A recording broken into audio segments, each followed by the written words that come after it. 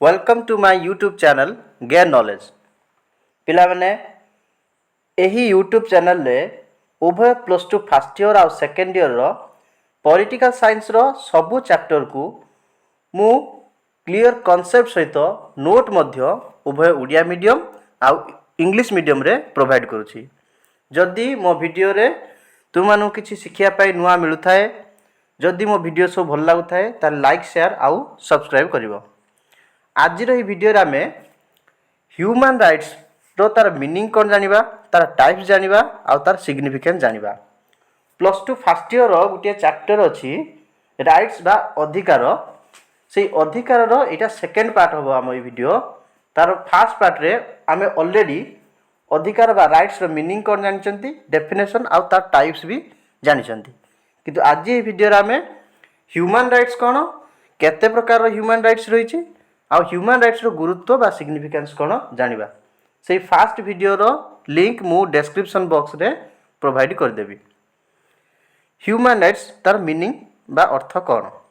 Human rights are fundamental rights and freedoms inherent to every individual regardless of nationality, ethnicity, gender, religion, language और any other status. ता माने कौन, जाति, वर्ण, लिंग, धर्म, भाषा किंबा अन्य कौनसी स्थिति को खातिर न करी प्रत्येक व्यक्ति जो सबू मौलिक अधिकार बा स्वाधीनता रही ताकू मानव अधिकार कह जाए। जदि आम सरल भाषा ये बुझा, गोटे मनीष हिसाब से बंचापी आमर जो सबू अधिकार दरकार, मनीष हिसाब से माने आम देखिबार सी पुओ कि झील, क्यों जातिर, क्यों देशर लोक, सी को भाषा रे कथा कहूची, तार सामाजिक स्टाटस बा सोशल स्टाटस तार कौन, से धनी की गरीब, यही सब जिनस को आम लक्ष्य करवा ना। आम देखा से जड़े मनीष, मनीष हिसाब से पृथ्वी रे तिष्ठि रही बंची रही तार जो सब अधिकार ताको आम मानव अधिकार कहवा।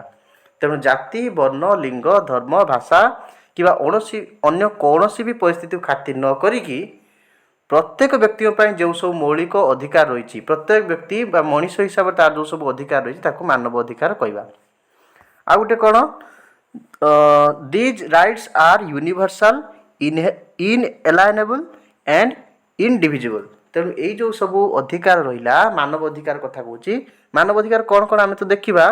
तेणु मानव अधिकार जहाँ भी सब रही से गुड़ी कहूँ यूनिवर्सल, सार्वजनीन आउ कौन अविच्छेद्य। तामान ताकू मनीष ठारू अलग कर आईटा अविच्छेद्य। सार्वजनीन माने पृथ्वीर जेकोसी लोक से आप्लाय कर मानव अधिकार पृथ्वीर समस्त व्यक्ति सामान।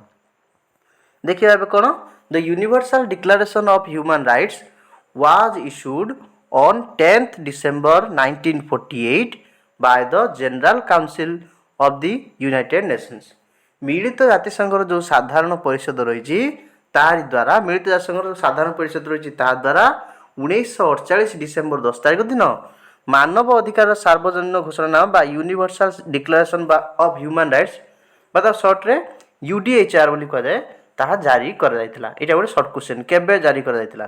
तेणु से आम सब बेले कौन करथाउ, डिसेम्बर 10 को विश्व मानव अधिकार दिवस रूपे पालन करथाउ। प्रत्येक वर्ष डिसेम्बर 10 तारिख को विश्व मानव अधिकार दिवस रूपे आम पालन करथाउ। एबे देखिबा टाइप्स ऑफ ह्यूमन राइट्स, मानव अधिकार केते प्रकार।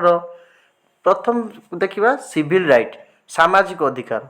सामाजिक अधिकार कौन कौन कौन सामाजिक सब अधिकार रही ता विषय आम प्रीवियस वीडियो रे फुल डिटेल्स रे आलोचना करिसेंती। तार लिंक मु डिस्क्रिप्शन बॉक्स रे प्रोवाइड कर देछि, तुम जे देखि परियो। तथापि जब जानिबा सामाजिक अधिकार कौन, समाज रे मनुष्यटी बंचिया पई तार जो सब अधिकार दरकार, गोटे सामाजिक प्राणी हिसाब रे तार जो सब अधिकार दरकार ताको आमे सामाजिक अधिकार बोली कहबा, सिविल राइट। तेणु कौन कौन सामाजिक अधिकार सब रही, फ्रीडम ऑफ स्पीच, वचन स्वाधीनता। ता माने आमे जदि मनुष्य हिसाब से गोटे समाज रे रहउचंती, समाज रे आमे आमर मत रखिपर, आमर कथा कहबार स्वाधीनता रही। फ्रीडम ऑफ असेंबली, सभा गठन कर स्वाधीनता, समाज में जेकोसी सभाटी गठन कर आईन संगत किंतु होइतिबा दरकार। राइट टू भोट, मतदान अधिकार, राइट टू फेयर ट्रायल, न्याययुक्त विचार अधिकार। ताମାନେ आमे जदि कोनोसी आम सहित आम रिलेटेड कोनोसी गोटे विचार चली से आमको जो न्याय मिलिबो ता ठीक हेते दरकार न्याययुक्त विचारटी होबा दरकार।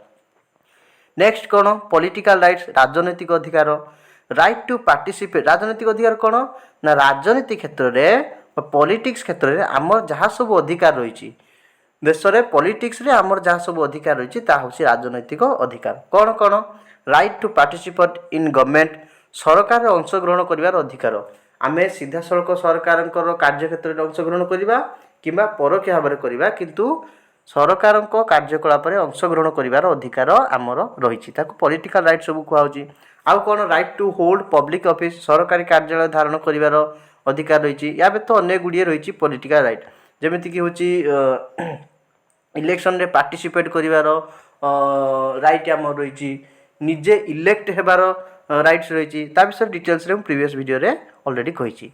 नेक्स्ट देखिबा कौन इकोनॉमिक राइट बा अर्थनैतिक अधिकार अर्थनैतिक अधिकार कौन जो अधिकार गुड़िक आम पाइले आम मनीष हिसाब से आम बची रही पारिबा आउ कौन कर आमर जो सर्वनिम्न आवश्यकता रही मिनिमम नीड्स रही जमीती कि फूड शेल्टर एजुकेशन हेल्थ यही सब जिन को आम फुलफिल कर सब डिमांड को जदि आम फुलफिल कर से सब अधिकार को इकोनॉमिक राइट कहवा कारण यही सब जिनस यही सब जो कहले आम फूड शेल्टर एजुकेशन हेल्थ यही सब जिनस को पूरा करने आमर मनी दरकार टंका दरकार तेणु से सब इकोनॉमिक राइट रही जमीती कि राइट टू वर्क कार्य कर अधिकार यह तो money related right to fair wages उचित जरूरी मजूरी पाइबार अधिकार क्षमा करेंगे उचित मजूरी पाइबार अधिकार तेणु आम जदि गोटे पुरुष जी कम कर महिला से कम कर दुई जन को समान मजूरी मिलवा उचित राइट टू सोशल सिक्यूरीटी सामाजिक निरापत्तार अधिकार यहाँ इकोनॉमिक समाज केमी निरापत्ता आम रहीपर जदि आम पाखे अर्थ अच्छी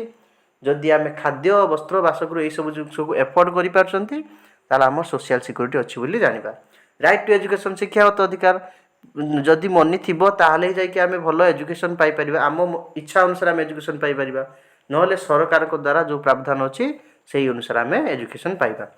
नेक्स्ट कौन सोशल राइट्स सामाजिक अधिकार कौन सब रही राइट टू हेल्थ केयर समाज में बंची रही आम जो सब अधिकार सामाजिक अधिकार ऑलरेडी मुझे social right to health care स्वास्थ्य सेवार अधिकार माने आमर जो हेल्थ को आम केमी भल रखिपर सरकार पाखे आम कौन कौन सुविधा सुझाव पाइपर से सब जिन right to health care right to housing गृहर अधिकार अर्थात घरटीए तैयारी कर अधिकार अच्छे आमर राइट टू सोशल सर्विस समाज सेवा कर अधिकार आम जदि आम समाज सेवा करने चाहते समाज लोक मान सेवा करने चाहते तार आम कर राइट टू सोशल सर्विस समाज सेवार अधिकार राइट टू कल्चरल आइडेंटिटी सांस्कृतिक परिचय अधिकार अर्थात मोर संस्कृति कौन मो संस्कृति अनुसार विश्व में मो समाज में मु परिचित होबार अधिकार अच्छी मो संस्कृति को आगे बढ़े पारि मो संस्कृति को मु आगे रखिपारि यही सब जिनसर अधिकार को राइट टू कल्चरल आइडेंटिटी बा सांस्कृतिक परिचय अधिकार बोली कहुए ये गुड़िक सब सोशल राइट। नेक्स्ट कौन कल्चरल राइट्स बा सांस्कृतिक अधिकार right to language and culture संस्कृति कौन आमे प्रत्येक दिन बा आम समाज रे आमे केमिति व्यवहार करुचंती आम चालीचलणी आम खाद्यपेय गुरुजन लघुजन प्रति आमर जो सब व्यवहार आमर शिक्षा स्वास्थ्य व्यवस्था आमर राजनीतिक अवस्था ये सबू जिनिस हूँ कल्चर बा संस्कृति गोटे गोटे अंश तेणु सबू जिनिस मिसिले आमे ताकू संस्कृति बा कल्चर बोली कहवा तेणु आम कल्चर रिलेटेड जो सब अधिकार रही संस्कृति रिलेटेड जो सब अधिकार रही ताको सांस्कृतिक अधिकार कही था जमीती कि right to language and culture भाषा और संस्कृति अधिकार अर्थात कौन आमे को भाषा रे कथा कहवा को भाषा रे शिक्षा अर्जन करवा तार अधिकार आम रही आम जदि चाहिए ओडिशार लोक आम ना आम ओडिया भाषा कहबुनी आम इंग्लिश कहबू आमको किए बाधा देबे नहीं आमर सेटा संस्कृति आम ऊपर डिपेंड करे right to education in mother टंग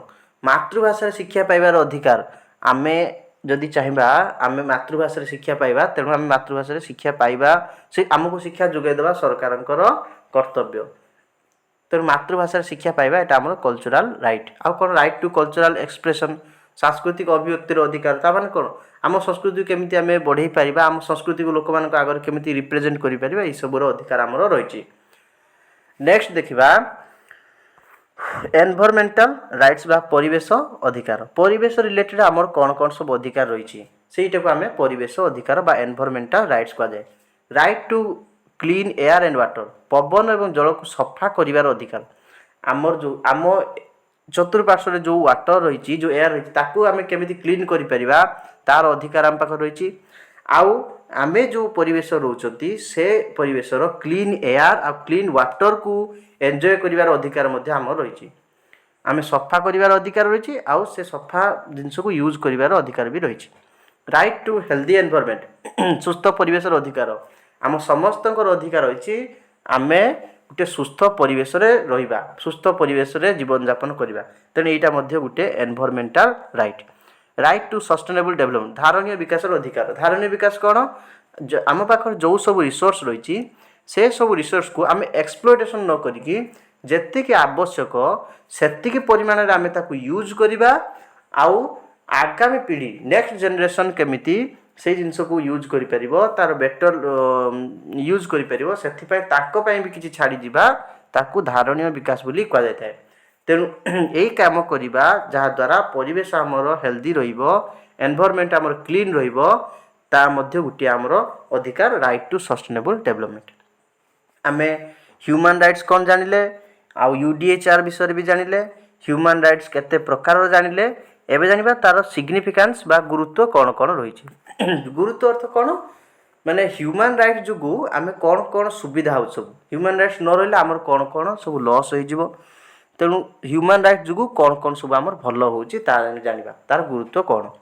ପ୍ରଥମେ ପ୍ରୋଟେକ୍ଟସ୍ ଡିଗ୍ନିଟି ଆଣ୍ଡ ୱେଲବିଂ, ସମ୍ମାନ ଓ ସ୍ୱଚ୍ଛତା ରକ୍ଷା କରେ। ଯେଉଁ ହ୍ୟୁମାନ୍ ରାଇଟ୍ସ ରହିଛି ବୋଲି ଲୋକମାନେ ସେମାନଙ୍କର ସମ୍ମାନ ପାଇପାରୁଛନ୍ତି, ଆଉ ପରିବେଶ ମଧ୍ୟ ସ୍ୱଚ୍ଛ ରହୁଛି, ୱେଲବିଂ ସମସ୍ତେ ଭଲରେ ଚଳିପାରୁଛନ୍ତି। ହ୍ୟୁମାନ୍ ରାଇଟ୍ସ ନଥିଲେ, ମାନବ ଅଧିକାର ନଥିଲେ ଯିଏ ଯାହା ପାରିବ କ୍ରାଇମ୍ କରିପାରନ୍ତା, କ୍ରାଇମ୍ ସଂଖ୍ୟା ବଢ଼ନ୍ତା, ଲୋକମାନେ କେହି ଖୁସିରେ ରହିପାରନ୍ତେ ନାହିଁ। ନେକ୍ସଟ କ'ଣ? Promotes equality and justice. Human rights କ'ଣ କରୁଛି? ଇକ୍ୱାଲିଟି। ହ୍ୟୁମାନ୍ ରାଇଟ୍ସ ମୁଁ ଟିକେ ମୂଳରୁ ଆମେ ଜାଣିଲେ ହ୍ୟୁମାନ୍ ରାଇଟ୍ସ ମାନେ ପ୍ରତ୍ୟେକ ମଣିଷର ଯେଉଁ ସବୁ ଅଧିକାର ରହିଛି, ମଣିଷ ହିସାବରେ ଯେଉଁ ସବୁ ଅଧିକାର ରହିଛି ତାକୁ ହ୍ୟୁମାନ୍ ରାଇଟ୍ସ କୁହାଯିବ। ତେଣୁ ମଣିଷ ହିସାବରେ ସମସ୍ତଙ୍କର ତ ସମାନ ଅଧିକାର ରହିଛି, ତେଣୁ ଏଇଟା ଇକ୍ୱାଲିଟିକୁ ପ୍ରମୋଟ୍ କରୁଛି। ଜଷ୍ଟିସ୍ କ'ଣ? ନ୍ୟାୟସଙ୍ଗତ। ହ୍ୟୁମାନ୍ ରାଇଟ୍ସ ନ୍ୟାୟସଙ୍ଗତ ବୋଲି ଆମେ ପଢ଼ିକି ଆସିଲେ। ତେଣୁ ହ୍ୟୁମାନ୍ ରାଇଟ୍ସ କ'ଣ କରୁଛି? ଇକ୍ୱାଲିଟି ଆଉ ଜଷ୍ଟିସ୍ର କନସେପ୍ଟକୁ ପ୍ରମୋଟ୍ କରୁଛି ବା ସମାନତା ଆଉ ନ୍ୟାୟକୁ ପ୍ରୋତ୍ସାହିତ କରେ। ନେକ୍ସଟ ଏମ୍ପାୱାର୍ସ ମାର୍ଜିନାଲାଇଜ୍ କମ୍ୟୁନିଟି, ଯେଉଁ ଦଳିତ ସମ୍ପ୍ରଦାୟର ଲୋକ ଅଛନ୍ତି ସେମାନଙ୍କୁ ସଶକ୍ତ କରେ। ତାମାନେ ଯେଉଁ ଦଳିତ ଅବହେଳିତ ଲୋକମାନେ ଅଛନ୍ତି, ଯେଉଁମାନେ ପଛୁଆ ବର୍ଗ ରହିଯାଇଛନ୍ତି, ଯେଉଁମାନେ ଏଜୁକେସନ୍ ଫିଲ୍ଡରେ ହେଉ ବା ସେମାନଙ୍କ ସୋସିଆଲ ଷ୍ଟାଟସ୍ ବହୁତ ପଛେଇକି ରହିଛି, ସେମାନଙ୍କ ଚାଲିଚଳଣି ବହୁତ ପଛୁଆ ରହିଛି, ସେଇଭଳି ଲୋକମାନଙ୍କୁ କ'ଣ କରିଥାଏ? ସଶକ୍ତ କରେ, ତାଙ୍କୁ ଏମ୍ପାୱାର କରିଥାଏ। ନେକ୍ସଟ କ'ଣ? ଏନସିଓର୍ସ ଆକାଉଣ୍ଟେବିଲିଟି ଆଣ୍ଡ ଟ୍ରାନ୍ସପାରେନ୍ସି, ଉତ୍ତରଦାୟିତ୍ୱ ଏବଂ ସ୍ୱଚ୍ଛତା ନିଶ୍ଚିତ କରେ। ତାମାନେ କ'ଣ? ଆକାଉଣ୍ଟେବିଲିଟିକୁ ବି ଏନସିଓର କରୁଛି ଆଉ ଟ୍ରାନ୍ସପାରେନ୍ସି କ'ଣ? ଯାହା ବି କରୁଛି ସ୍ପଷ୍ଟ। ସ୍ୱଚ୍ଛତା ମାନେ କ'ଣ?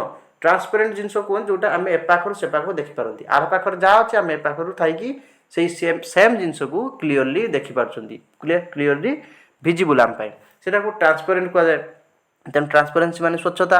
ମାନବ ଅଧିକାରରେ ଆମକୁ ଯାହା ସବୁ ଦିଆଯାଇଛି ସମସ୍ତଙ୍କ ପାଇଁ ସମାନ ଆଉ ସ୍ୱଚ୍ଛ ମଧ୍ୟ। ତାମାନେ କେହି କାହା ପାଇଁ ସ୍ପେଶାଲ କିଛି ରୁଲ୍ସ ରେଗୁଲେସନ୍ ନାହିଁ, ସମସ୍ତଙ୍କ ପାଇଁ ସମାନ, ଯେଉଁ ଜିନିଷଟାକୁ ଆମେ ସମସ୍ତେ ଦେଖିପାରୁଛନ୍ତି। ନେକ୍ସଟ ଫୋଷ୍ଟର୍ସ ପିସ୍ ଆଣ୍ଡ ଷ୍ଟାବିଲିଟି, ଶାନ୍ତି ଏବଂ ସ୍ଥିରତା ବୃଦ୍ଧି କରେ। ବିଶ୍ୱରେ ସମସ୍ତେ କେମିତି ଶାନ୍ତିରେ ରହିବେ ସେଇଥିପାଇଁ ମାନବ ଅଧିକାର ଦିଆଯାଇଛି, ଆଉ ମାନବ ଅଧିକାରକୁ ସୁରକ୍ଷା ମଧ୍ୟ ଦିଆଯାଉଛି ଆଇନ ଦ୍ୱାରା। ତେଣୁ ମାନବ ଅଧିକାର କ'ଣ କରୁଛି? ସମାଜରେ ଯେଉଁ ଶାନ୍ତି ଆଉ ସ୍ଥିରତା ବୃଦ୍ଧି କରୁଛି। ସ୍ଥିରତା ମାନେ କ'ଣ? ଷ୍ଟେବୁଲ୍। ଗୋଟେ ଜିନିଷ ଷ୍ଟେବୁଲ୍ ହେଇକି ରହିଲେ ତାପରେ ଷ୍ଟେପ୍ ସବୁ ଭଲ ଭାବରେ ନିଆଯାଇପାରିବ। ତେଣୁ ଗୋଟେ ଜିନିଷ ଷ୍ଟେବୁଲ୍ ହେଇକି ରହିବା ନିଶ୍ଚିତ ଦରକାର। ତେଣୁ ଷ୍ଟେବୁଲ୍ ହେଇକି ରହିବ ଅର୍ଥ କ'ଣ? ପ୍ରତ୍ୟେକ ଜିନିଷରେ ସ୍ଥିରତା ଆଣିଥାଏ ବା ଶାନ୍ତି ଏବଂ ସ୍ଥିରତାକୁ ବୃଦ୍ଧି କରିଥାଏ ହ୍ୟୁମାନ୍ ରାଇଟ୍ସ। ନେକ୍ସଟ କ'ଣ? ଏନକରେଜେସ୍ ହ୍ୟୁମାନ୍ ଡେଭଲପମେଣ୍ଟ, ମାନବ ଅଧିକାର ଯୋଗୁଁ ମାନବର ବିକାଶ ମଧ୍ୟ ହୋଇପାରୁଛି। ତେଣୁ ମାନବ ବିକାଶକୁ ଉତ୍ସାହିତ କରେ।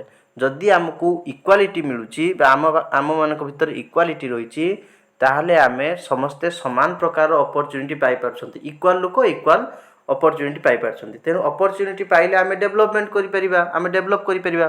ତେଣୁ ଇଟ୍ ଏନକରେଜେସ୍ ମାନେ human rights encourages human development.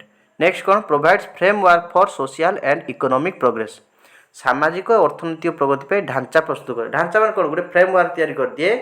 Human rights framework तैयारी करे जो फ्रेमवर्क रे आमे कोन करि परिबा हमर इकोनॉमिक ग्रोथ करि परिबा सोशल ग्रोथ करि परिबा पॉलिटिकल ग्रोथ करि परिबा तेणु आमे जो ह्यूमन राइट्स आमको गुटे एमिति ढांचा प्रस्तुत करिकी दउची जो ढांचा आधार रे आमे कोन करि परिबा सोशल प्रोग्रेस इकोनॉमिक प्रोग्रेस आ पॉलिटिकल प्रोग्रेस मध्य करि परिबा पिला माने जो राइट्स विषय थिला राइट्स चैप्टर थिला ता संपूर्ण रूपे सरी गला जदि किछि डाउट थाए ताले मते कमेंट कले मु ता डाउट क्लियर करिया पे चेष्टा करिवि जदि मो वीडियो भल लागे ताले लाइक शेयर आ सब्सक्राइब करिवो धन्यवाद।